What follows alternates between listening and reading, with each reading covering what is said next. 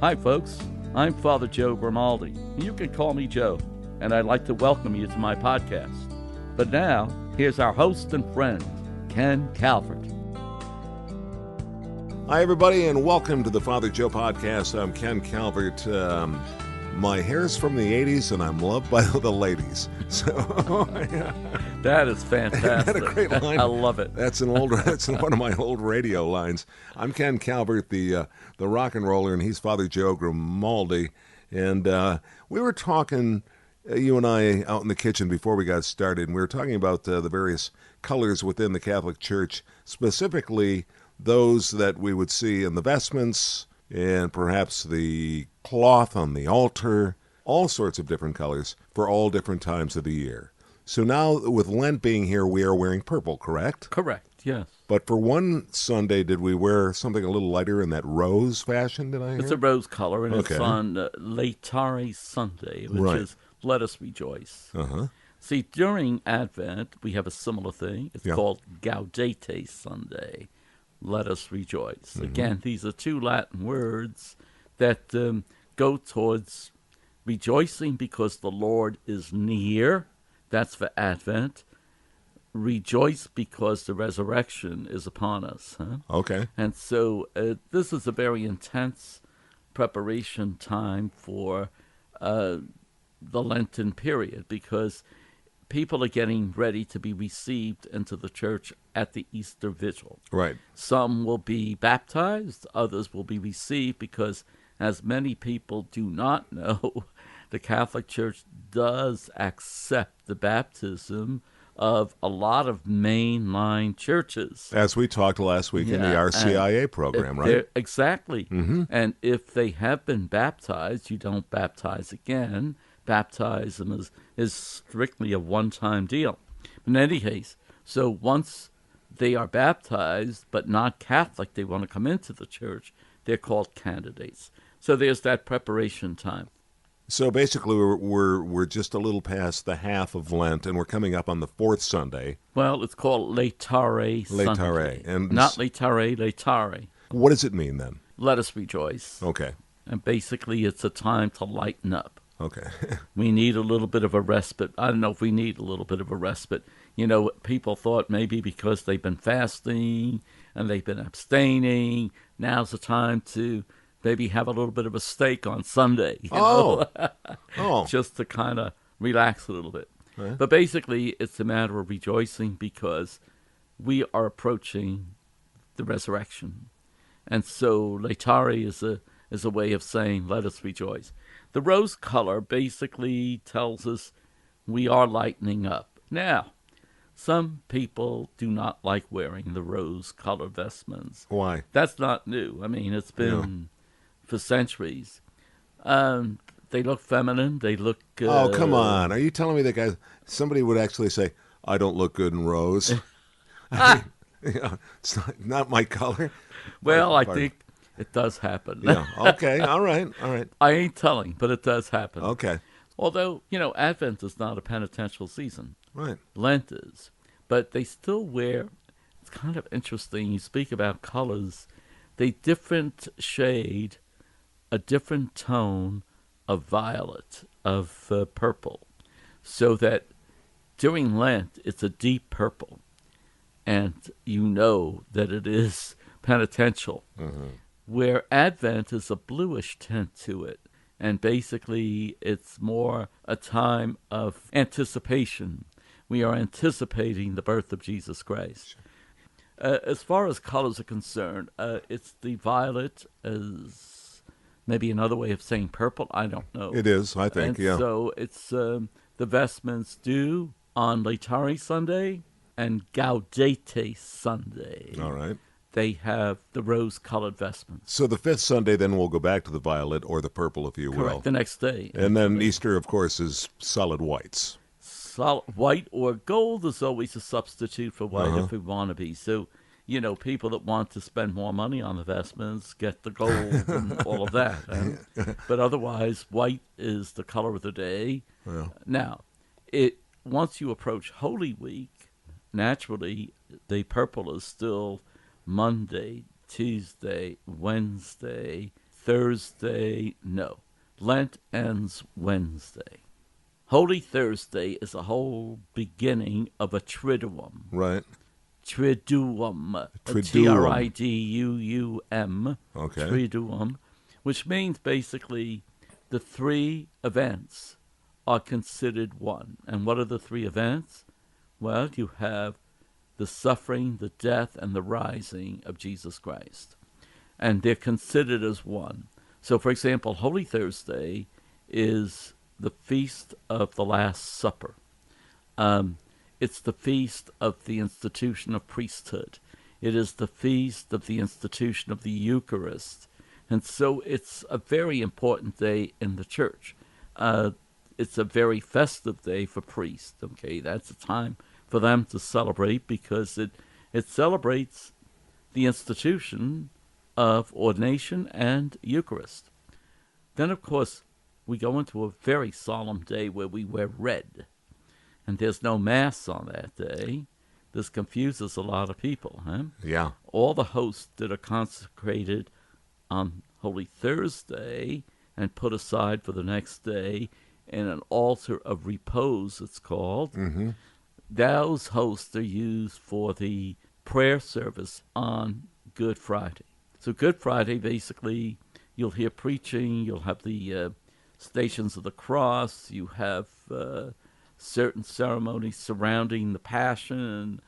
So red is worn on that day by the people who are presiding.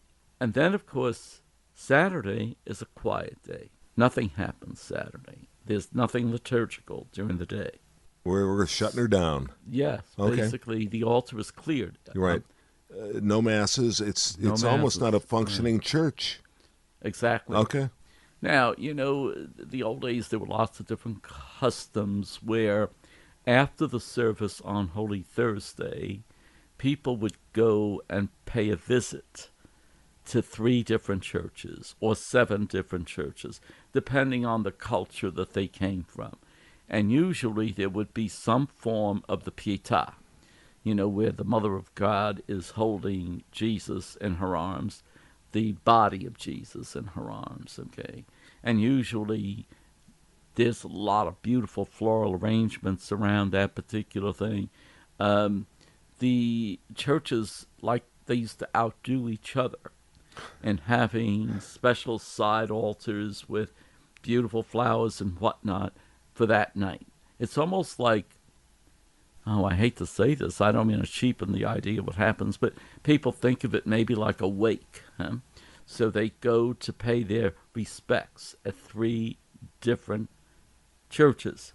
As I've said many times, all of these things are nice customs, but they could easily become superstition. God forbid, if I can't get to the 3rd church, Right. What's going to happen to me? This type of thing. People start thinking the worst. Certain cultures go even further. Instead of 3, maybe 7, and so on. So they spend the evening, that night, going from one place to another. Saturday, as I said, is a quiet day. Obviously, the parishioners are employed trying to put the church into a mode of Easter, decorating and so on, because that night at 7 o'clock, actually it's after the sun goes down, you need to see the fireworks, if you can't see, because you have the blessing of the fire, the blessing of the waters, the blessing of the Paschal candle. That happens at the Easter Vigil. And then once you come into the church, we begin the liturgy. Now there's 9 readings, by the way, before the Mass even begins. And the 9 readings are coming from the Old Testament, actually relating how the Old Testament does lead up to Jesus Christ eventually. All the things that happened in the Jewish scriptures point to Jesus as the Messiah who was coming. And then, of course, the culmination is the Alleluia, with the lights all go on and the bells start ringing and everything it's just a joyous, joyous occasion. Yeah. And then, of course, during the Mass, you have the baptism and so on of the catechumens. You have the reception of the candidates. So basically, the color for Easter is white or gold Or a combination of both. Exactly. Exactly. Yeah. For Good Friday, of course, it's going to be red. Red has a lot of connotations. First of all, it's used for martyrs because it resembles blood. Of course. So on the feast of any martyr, the priest would wear red.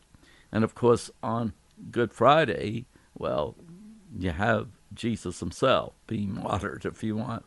And so red is the color of the day. So, and then, of course, it's interesting because it's also used for feasts of the Holy Spirit.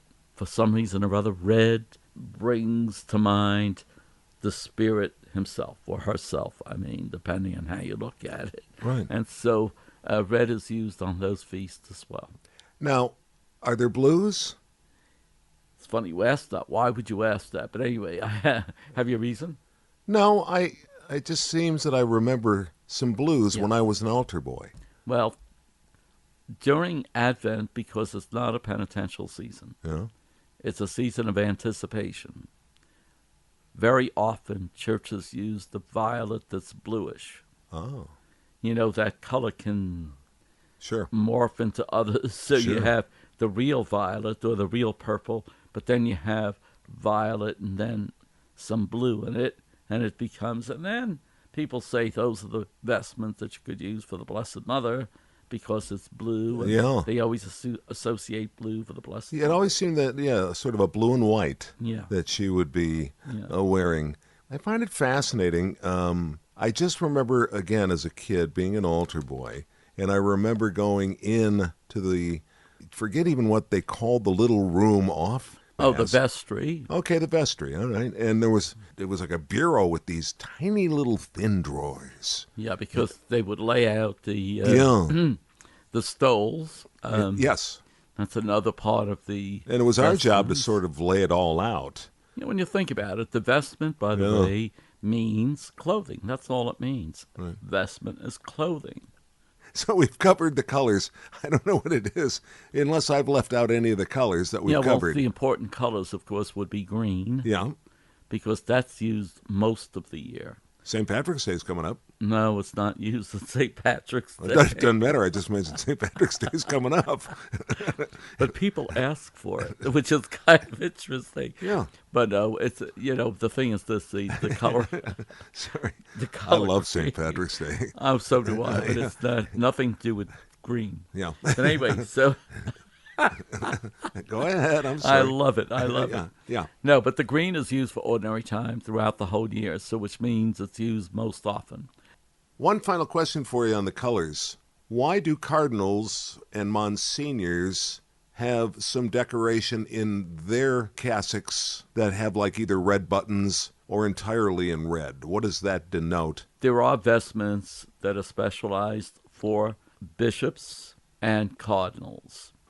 I think we've discussed this before. I think we have. Monsignors are not little bishops, okay? Right, yeah. They have been given a title because usually they either build the church or they help raise lots of money, and so the bishop wants to honor that person and say, let's make him a Monsignor. So they can do that very readily by contacting Rome and saying, listen, Ken Calvert here has done a lot, particularly for the Bloomfield Township. Can we give him the title? And so Rome writes back, Of course, Your Excellency. Just give us the name and so on and so forth. And Your Excellency then gets Monsignor Ken Calvert. Wow. Okay. Now, unlike bishops, they have to go through a whole different vetting system. Every diocese, every country, I should say, has a nuncio or a pronuncio in Washington, D.C. for the United States. But, every country has its own. And throughout the year, certain names are sent to the nuncio to be considered for the office of bishop. Also, along with that, the bishop himself of that diocese picks out 3 men that he thinks could be good bishops, and sends them off to Washington, the names. Uh-huh. They, of course, in turn have to do a thorough investigation, and then they finally come up with 3 names from all of that research. And those 3 names eventually go to Rome. I'm simplifying the process, obviously, because of time. So those 3 names go to Rome, and then the Holy Father, he doesn't do this alone. He has a congregation for bishops that studies those 3 names. They try to fit the right person for the right diocese, so that they'll pick so-and-so for the Diocese of Fargo or something like that. Mm-hmm. And so they would pick that person, and then the Holy Father, usually the announcements come out on a Tuesday. Most priests are at their phones waiting to hear if they have been named on that day. Wow. Since nobody knows. The secrecy is utmost secret. As a matter of fact, even the vetting period, for example, because of my position in Honolulu, I did get a couple of those letters for different people. And so what happens is you get a letter and it said, under the pain of mortal sin, this type of thing. Right. This is to be kept secret, whatever it is. So the secrecy is really kept, and eventually when the name is named, well, it's a big thing. So of course it's a big thing. Yeah. Nobody knows it. So it's quite different than a Monsignor, obviously. If you're turned down the first time, you may be considered a second time, though, right? Oh, definitely. Okay. Because you might be turned down for different reasons. Right. Okay? Final question for you today, Father, on the vestments and the colors that we use within the Catholic Church. I don't think I've ever seen, and I'm not talking about gold now, I'm talking about yellow, the color yellow. Is it ever used in the Catholic Church? It's used because of gold. Some people confuse it with gold. But, there was one other thing that I think is important that you might add to it eventually. Sure. Is the fact that some people say, why do they have to wear vestments? Particularly some of the Protestant brothers and sisters who are not used to getting all decked out. Well, it's been tradition throughout history that people who have an office of some sort, for example, you have a fireman, you have a policeman, you have the king of a country.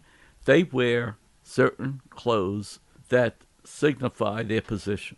The same is true of the Catholic priest. When the priest is performing his major role of presiding at liturgy, he does wear a uniform, if you want.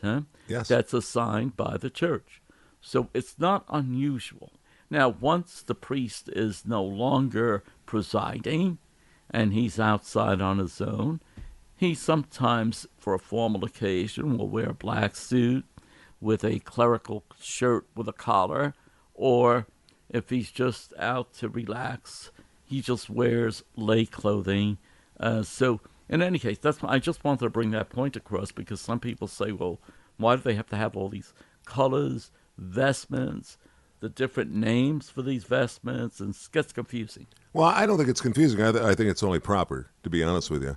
As an old DJ, you know what we wore, don't you? Tell me. Anything you want, because people never saw you. They only heard you. And so that was the beauty of it.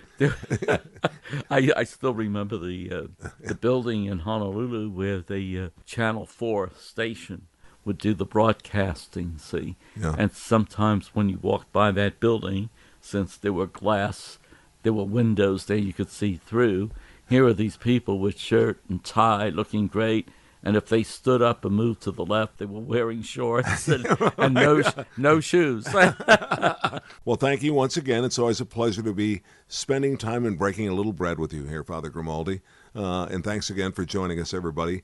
It's Kent Calvert and Father Joe Grimaldi. We'll see you next time on another edition of the Father Joe Podcast. And I look forward to it. Thank you, Ken. And as always, I look forward to seeing you, Father. This is Father Joe Grimaldi, and I look forward to seeing you next time on the Father Joe Podcast.